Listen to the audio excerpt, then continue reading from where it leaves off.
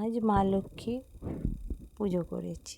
মা লক্ষ্মীকে সকাল সকাল স্নান করিয়ে কাপড় পাল্টিয়ে মালা পরিয়ে রেডি করে বসিয়েছি।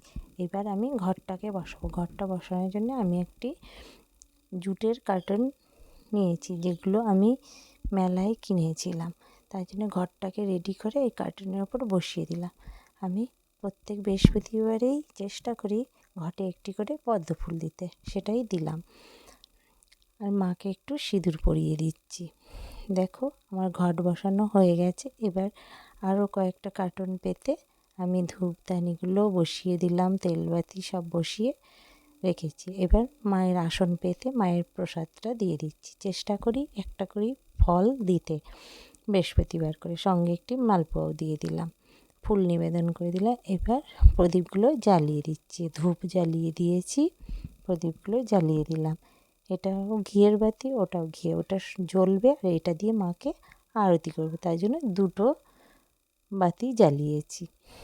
দেখো এবার কত সুন্দরভাবে গুছিয়ে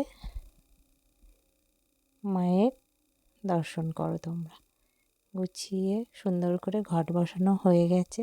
আমি তো এইভাবে পুজো করলাম, তোমরা কে কীভাবে পুজো করো অবশ্যই জানাবে। আমি এবার মাকে একটু আরতি করে নিচ্ছি। কেমন হলো আমার মায়ের পুজো? যদি তোমাদের ভালো লেগে থাকে অবশ্যই লাইক কমেন্ট শেয়ার করো, পাশে থেকো।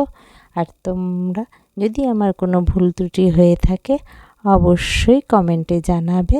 আমি তোমাদের থেকেও কিছু শেখার চেষ্টা করব। আমি কিন্তু খুব ভালোভাবে কিছু জানি না, আমার মনে যেটা ভালো লাগে বা আমার যেটা ভালো লাগে সেটাই আমি করি।